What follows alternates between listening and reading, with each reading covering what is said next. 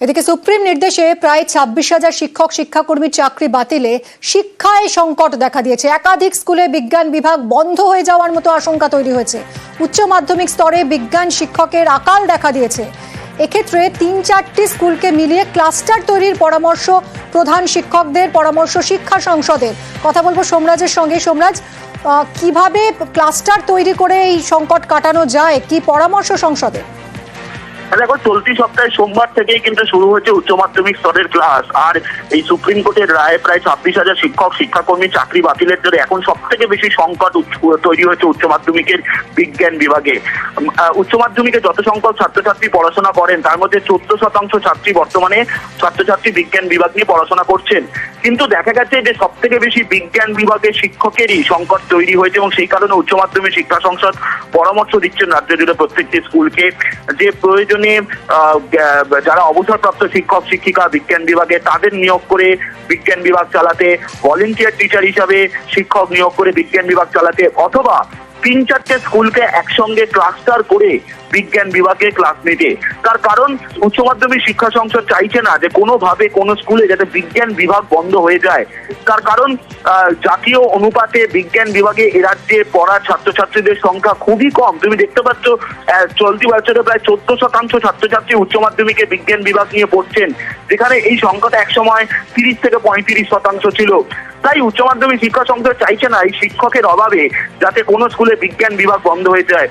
উচ্চ মাধ্যমিক শিক্ষা সংসদ সূত্রে খবর, একাধিক স্কুলের ফোন উচ্চ মাধ্যমিক শিক্ষা সংসদের কাছে আসছে যে তারা বিজ্ঞান বিভাগ কিভাবে চালাবেন, এবং সেই ফোনের উত্তর দিয়ে রেখে উচ্চ মাধ্যমিক শিক্ষা সংসদের তরফে প্রধান শিক্ষক প্রধান শিক্ষিকাদের এই বার্তা দেওয়া হচ্ছে যে দয়া করে বিজ্ঞান বিভাগ বন্ধ করবেন না, তার বদলে অবসরপ্রাপ্ত শিক্ষক শিক্ষিকা, ভলেন্টিয়ার টিচার বা 3-4টে স্কুলকে একসাথে ক্লাস্টার করে যাতে এই বিজ্ঞান বিভাগ চালানো হয় পরবর্তী নির্দেশ না হওয়া পর্যন্ত।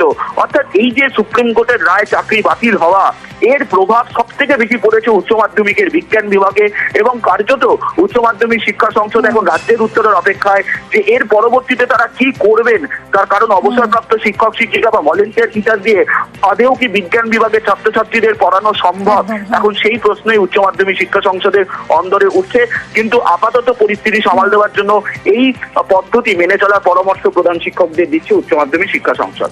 ধন্যবাদ সোমরাজ। যোগ্য অযোগ্য তালিকা নিয়ে বার্তা দিয়েছেন শিক্ষামন্ত্রী। আইনি পরামর্শ নিয়ে যোগ্য অযোগ্য তালিকা প্রকাশের আশ্বাস। শিক্ষামন্ত্রীর দাবি, সিবিআই যোগ্য অযোগ্য বাছাই করেছে, এসএসসির কাছেও যোগ্য অযোগ্য তালিকা রয়েছে। আইনি বাধা না থাকলে চাকরিহারাদের দাবি মেনে তালিকা প্রকাশ সম্ভব। যোগ্য অযোগ্য সিবিআই বাছাই করেছে। মহামান্য সুপ্রিম কোর্ট বলেছেন যে সিবিআই এর সঙ্গে এসএসসির দেওয়া যোগ্য অযোগ্যের তালিকা সম্পূর্ণভাবে মিলে যাচ্ছে। তাহলে যোগ্য অযোগ্যের তালিকা সিবিআই জানে, এসএসসিও জানে। মহামান্য বিচারক দেবাংশু বসাক তার ডিভিশন বেঞ্চও স্পষ্টভাবে উল্লেখ করেছেন তার রায়ে যে হ্যাঁ, যোগ্য অযোগ্য এখানে একটা তালিকা আছে, যদিও সেই তালিকা সন্দেহের ঊর্ধ্বে নয়, অন্য কথা, কিন্তু যোগ্য অযোগ্য তালিকা একটা আছে এবং সেটা সুপ্রিম কোর্টও জানে।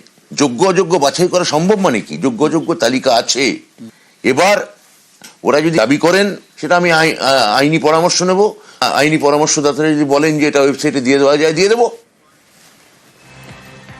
বিভ্রান্তি এড়িয়ে স্কুলে ফেরার বার্তা, চাকরিহারারা কাজে ফিরুন। নিউজ 18 বাংলায় এক্সক্লুসিভ সাক্ষাৎকারে ফের আবেদন শিক্ষামন্ত্রী।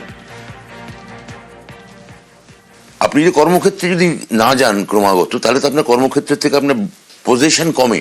আপনি যতই আইনিভাবে থাকুন, আপনার হাতে অ্যাপয়েন্টমেন্ট লেটার থাকতে পারে, আপনার অমুক থাকতে পারে, তমুক থাকতে পারে, কিন্তু আপনি যখন যান না, তখন কি হয়, আপনি যে কর্মক্ষেত্রে কাজ করেন সেখান থেকে আপনার বিলঙ্গিং কমে। আমরা তো আইনি মানে আবেদন করব, ক্লারিফিকেশন মানে আমরা ব্যাখ্যা চাইব, বা রিভিউ পিটিশন মানে পুনর্বিবেচনা করতে বলবো। সেখানে মহামান্য কোর্টে নিশ্চয়ই একটা কোনো অবজারভেশন থাকবে যে কারা কি বললেন, কারা কি করলেন। সেখানে ওরা যদি ক্লাস নেন, আমার ধারণা ওদের ক্ষেত্রেই সুবিধা হবে। আলোচনাতেই সমাধান। চাকরিহারাদের সঙ্গে বৈঠকের আগে বললেন শিক্ষামন্ত্রী, কোনো রকম উস্কানিতে পা না দেওয়ার বার্তা ব্রাত্যর। আমি তো আবার বলবো যে আপনাদের কাজ হচ্ছে এখন মুখ্যমন্ত্রী আমাদের সঙ্গে বৈঠক করা, যতক্ষণ না ক্লারিফিকেশন এবং রিভিউ পিটিশন হচ্ছে ততক্ষণ ধৈর্য ধরা। আমি তো অনন্তকাল ধৈর্য ধরতে বলছি না। তা আপনারা বৈঠকটা করুন, আপনাদের যে দাওয়াই আছে সেগুলো দিন, সেগুলো সরকার কিভাবে এগোচ্ছে সেটা পর্যবেক্ষণ করুন, তারপর আপনারা আন্দোলনের রাস্তায় যান।